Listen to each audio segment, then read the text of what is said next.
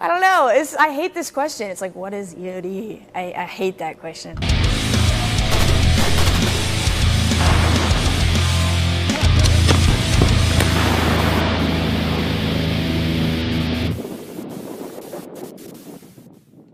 When people hear the word like EOD tech or bomb tech, they think about like stuff they see on like cutting wires and stuff like that. I always get asked about the cutting of the wires. Like, oh, you want to cut the red wire? I'm like, I'm very rarely cutting wires. But you can parachute, you can scuba dive, you can shoot every gun in the U.S. arsenal.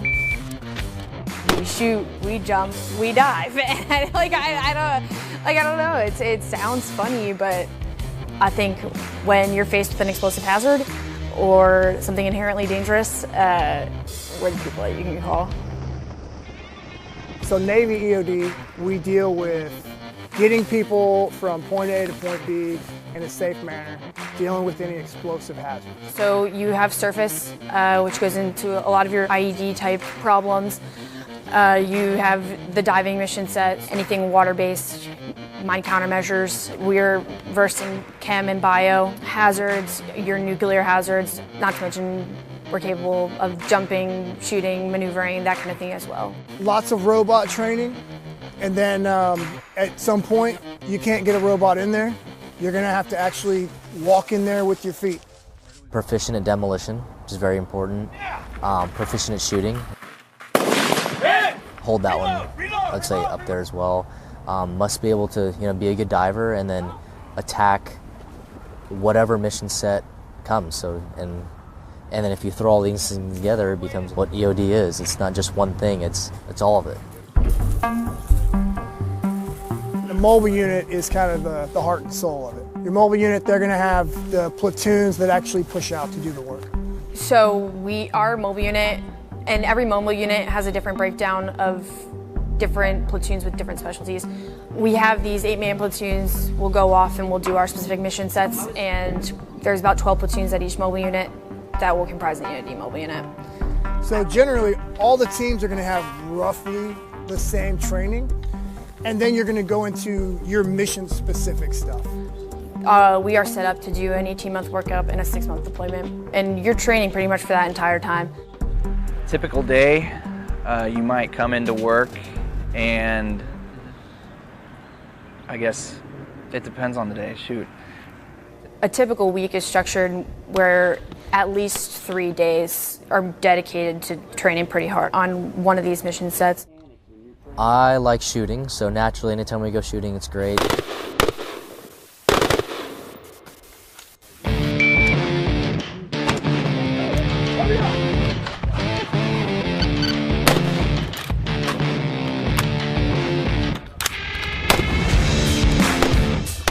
So it is very important that we are proficient in small arms.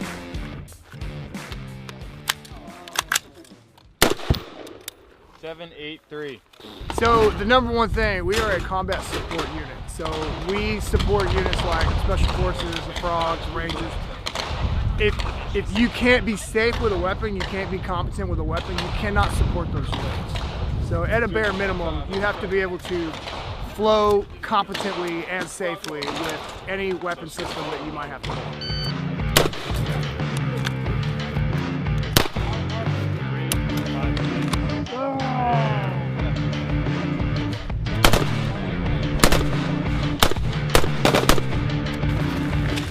Shooter stand by.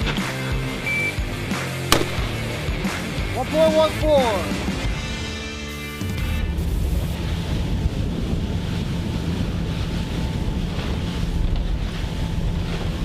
There's a lot of times where it's weird to me that I'm doing activities as part of my job that people either pay really good money for or can't imagine that that's what I'm doing for work.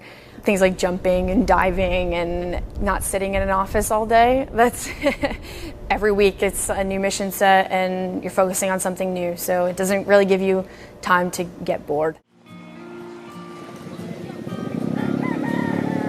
We're in sunny Key West right now.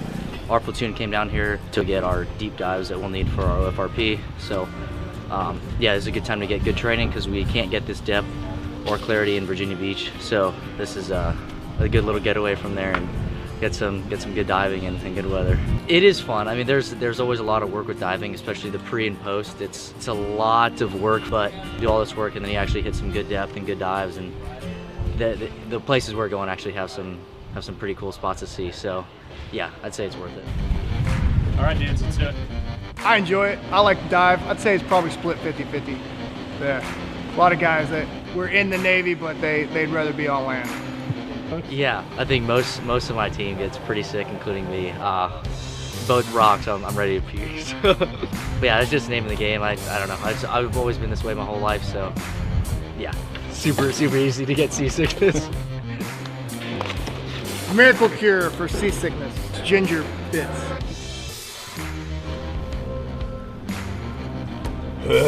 That's not bad. Oh, God.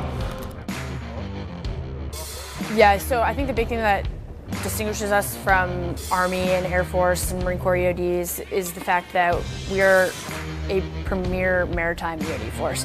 And that just basically boils down to the fact that we have undersea capabilities with the Mark 16 diving, the scuba capabilities that we have.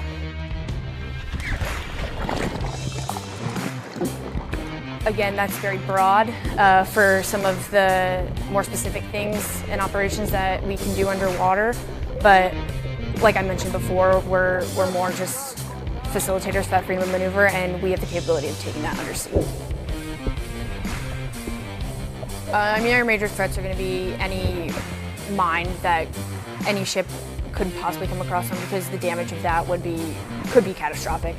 Part of our mission set is clearance of routes for boats to go through, and so that's why we're diving this rig. Yeah, you'll have your long days, and sometimes you might have shorter days. So if you end up with that time off, you use it. Personally, I like to, go skating. That's my thing. So I'll blow off some steam at the skate park. Just kind of get my mind off the work day, and relax a little bit. Say it's a very physically demanding job, so anytime you can tie your hobbies into things that also increase your physical fitness, that's a win-win. You need to enjoy sweating. You need to enjoy running and lifting weights, because that is a standard that we have.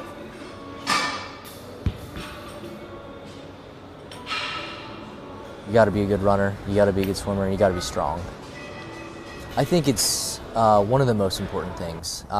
And I'm not just biased because I love to work out, and it's mostly what I do in my free time. It's an expectation, and people hold themselves to high standards, and I think physical fitness is a part of that. And it's basically built into our days to go work out and be in the best shape that we can be, so you don't have to worry about that. Ordnance is heavy, and it's this kit is heavy. The bomb suit's heavy. The robot's extremely heavy.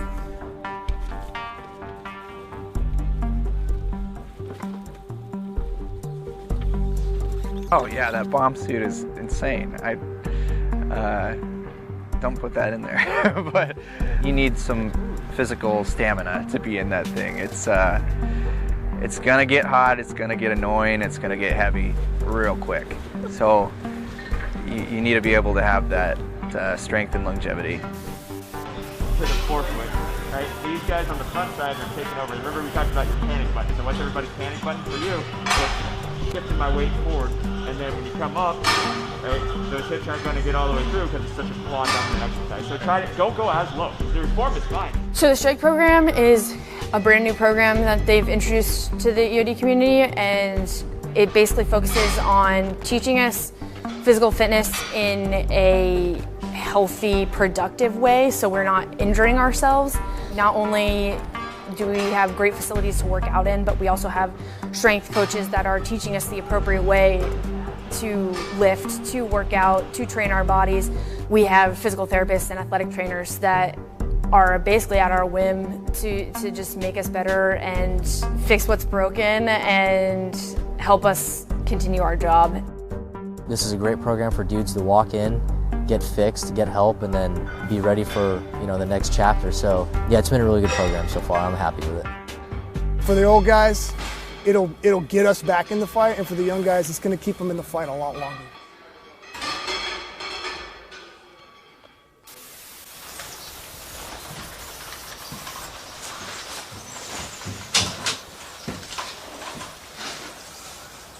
We've already come across 2 booby traps, so we're just going to go ahead and go set up a charge on it and get rid of the ordnance where it lies. Pardo! Pardo!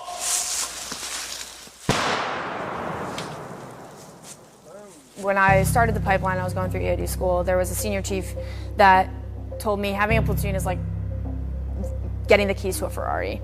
And I didn't really understand what that meant until I got here and got my own platoon, but these people are really intelligent, want to work hard, very driven individuals. And when you put a group of individuals like that with a multitude of experiences coming from different walks of life with a ton of different backgrounds, and you manage that effectively, you see something come together that is like driving a Ferrari. The platoon is built on trust. If you know that no matter what level a person is at on the platoon, that you trust them to do what they need to do when you're in a high pressure situation, then there's nothing else that you can really ask for. And I think that that's what the community itself is really built on. You have to really trust each other. You build that bond. That's why we spend so much time together, is you need to trust that guy, you know, with your life, essentially.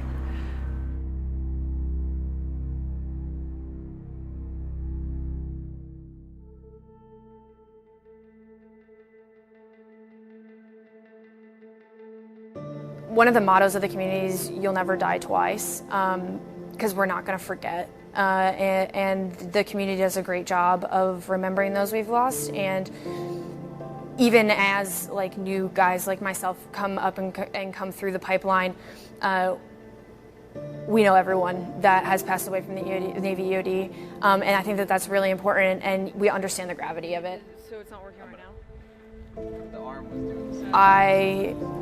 I train and I want to learn as much as I can so that I can be an asset and a help to my teammates if I were ever in a situation like that. And that's what we train to.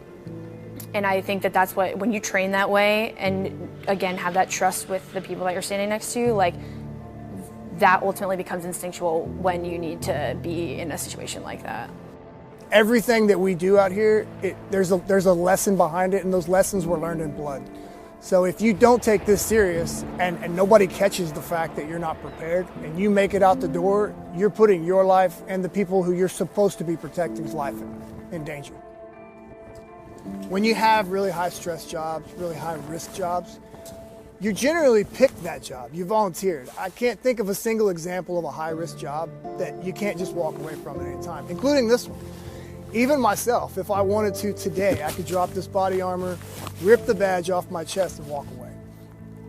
So when you are the one who put yourself there and you stay there voluntarily, you don't really think about worst case. You prepare for it, so you're ready for it, but you don't really think about it. I do have a family, I have 3 kids, so at some point we're gonna deploy and I won't be able to go home. Today we're gonna embark on a 3-hour tour. The weather starts to get rough. This tiny ship will be lost. One of the main reasons I joined the Navy is to fund the dream trip. We got about 4 years left, and if everything goes well, this boat's gonna turn into a bigger boat that we can all live on. And these kids are gonna get to see the world without the contractual obligations that I was under when I saw the world. So Thomas, the middle one, he asked me why I always had to leave, and so Sarah, my wife, she told him he's got to go make money so you can get your gumballs. And then one day I was headed out the door and he told me, he said, "Daddy, I don't need gumballs anymore." That line is, but I'm pretty good at compartmentalizing. There are not a whole lot of places to where you get a familial bond with people who aren't your family. There is a high standard to what's expected. Not everyone is suited for that, but I would recommend the community every day of the week. I think that the EOD community has some of the best quality of people that I have ever really seen, and the people are what keep me wanting to be a part of the community, so I would definitely recommend it. Look at how healthy we eat. Zoom in on a salad. Get Mr. Time? Oh yeah, for Insta, for the gram! It's a place where you'll absolutely be shown that you could use your brain and body more than probably any other field out there. It takes a person that, you know, has a strong mental attitude, and as well as, you know, keeping it positive all the time. You know, how strong is your will? How strong is your mental fortitude? How strong are you?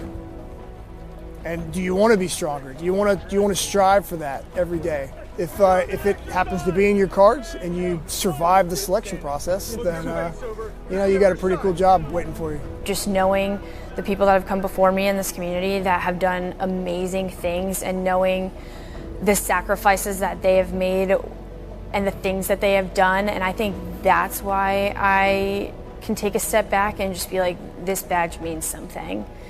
It really is an honor to be a part of the community, and that is absolutely because of the people that have came before me and the people that are working alongside of me, and that's what makes me proud to really wear the badge.